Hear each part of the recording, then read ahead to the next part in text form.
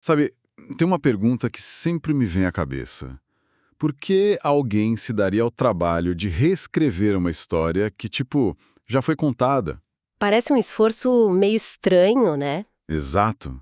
Mas é exatamente isso que a gente encontra em alguns dos textos mais antigos que temos. Alguém decidiu recontar.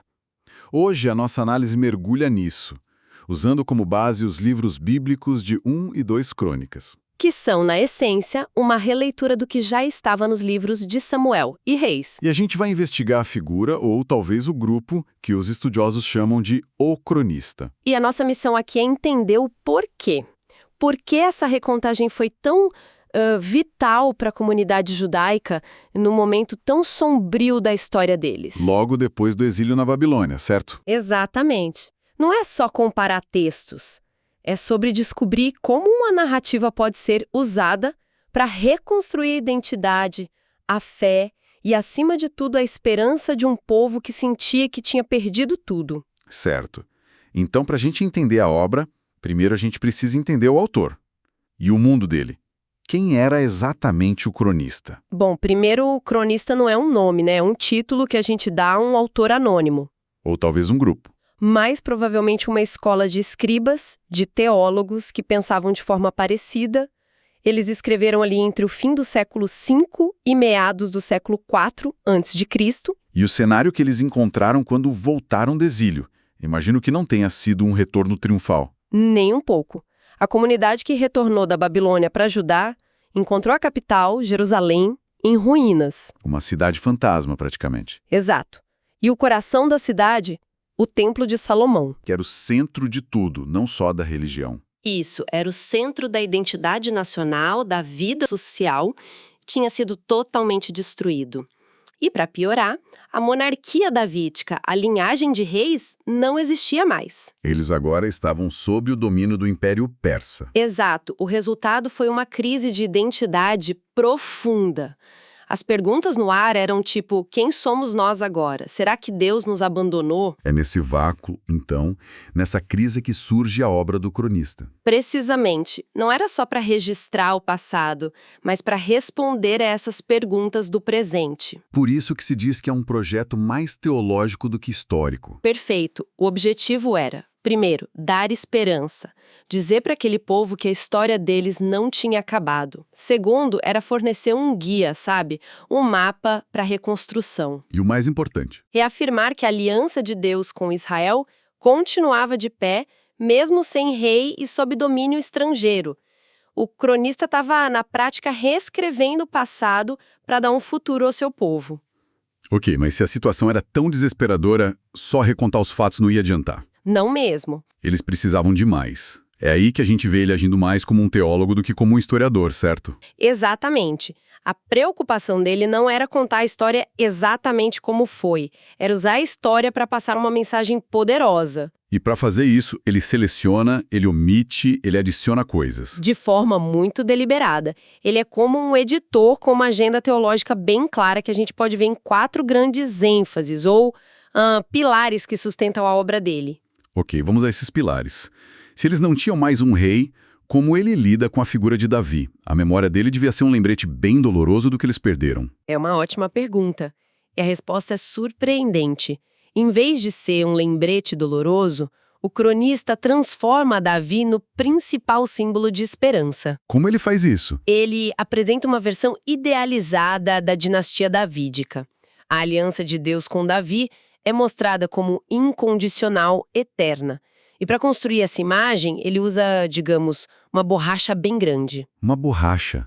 Como assim? Ele apaga partes da história. Apaga? Apaga e partes bem famosas. Por exemplo, a história do adultério de Davi com Batseba e o assassinato do marido dela, Urias, Um dos episódios mais sombrios do reinado dele. simplesmente não está em crônicas. Sumiu. Do mesmo jeito, a rebelião do filho dele, Absalão, que quase destruiu o reino. Também foi omitida. Completamente. Uau, isso é mais do que uma edição, é uma cirurgia na narrativa. Mas por quê? O público dele conhecia essas histórias. Ele não estava tentando enganar ninguém, estava? Não, o objetivo não era enganar, era focar. Ao tirar as falhas de Davi, o cronista eleva ele à condição de rei ideal. Ele vira um arquétipo. Exato, ele vira o arquiteto perfeito do templo, o líder piedoso por excelência. Para uma comunidade sem rei, essa figura idealizada era uma promessa viva de que o Messias, o futuro rei perfeito, ainda viria. Entendi.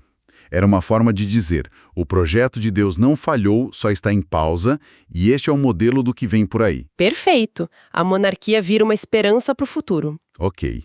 Mas e no presente? O outro pilar da identidade, o templo, estava em ruínas.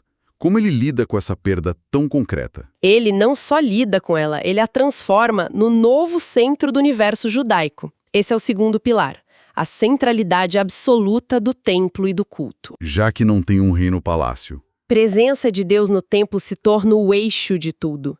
É impressionante o espaço que Crônicas dedica a isso. Capítulos e mais capítulos descrevendo em detalhes os sacerdotes, os levitas, os músicos. É quase um manual de operações do templo. Exatamente, a mensagem é clara. O caminho para a restauração não é político ou militar, é cultico. É através da adoração correta. Então, é menos sobre o prédio físico e mais sobre o sistema de adoração que podia ser reconstruído. Isso. A adoração certa, feita pelas pessoas certas, no lugar certo, é o que garante a benção de Deus. O templo vira o coração pulsante da nação. Isso soa muito inspirador. Mas como o cronista convence as pessoas de que seguir esse manual realmente faria diferença na vida delas? Que as ações individuais importavam. Ele faz isso com o terceiro pilar, que é a teologia da retribuição imediata. Retribuição imediata? O que isso quer dizer? A ideia é muito direta. Obedeceu a Deus, a bênção vem rápido. Prosperidade, paz.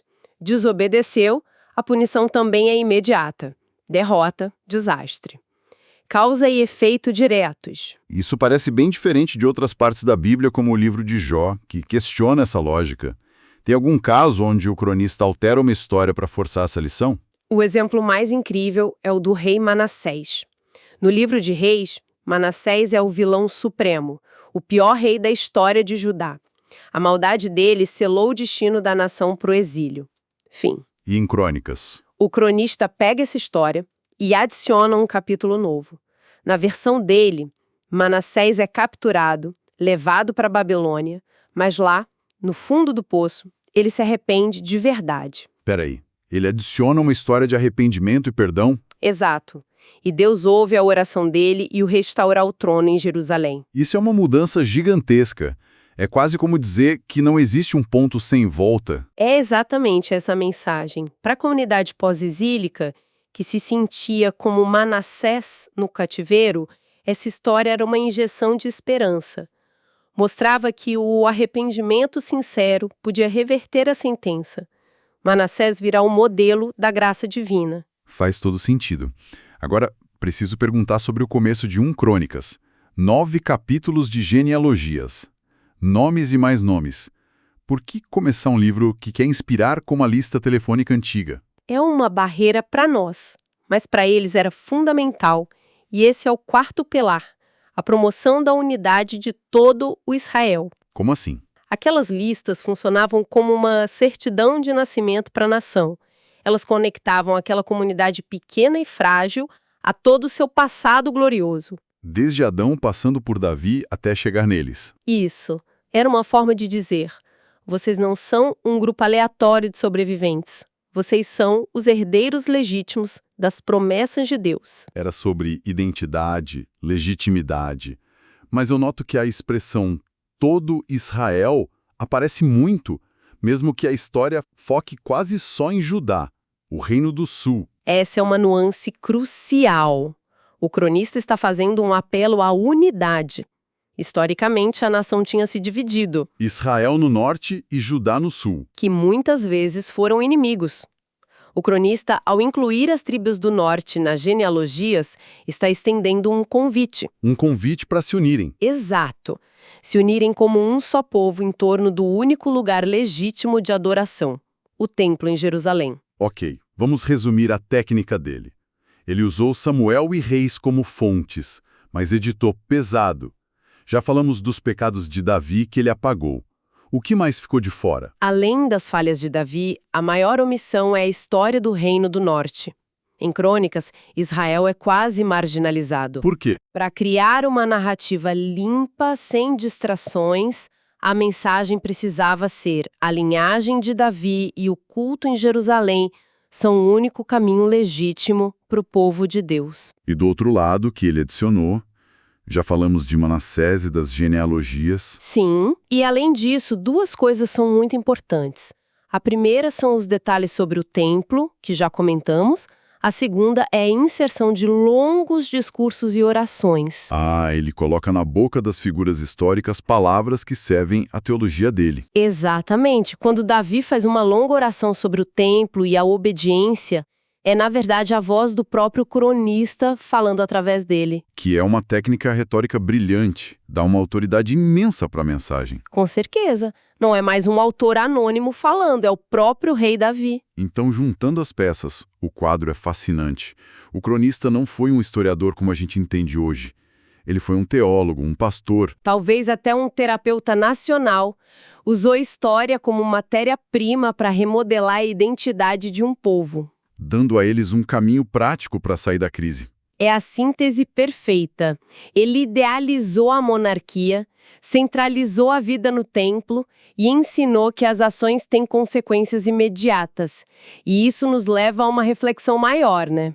Qual seria? A obra do cronista é um exemplo incrível do poder que a narrativa tem de moldar a identidade de uma comunidade. É um lembrete de que a história quase sempre é contada para atender às necessidades do presente. É interessante que o nome cronista venha de Cronos, templo.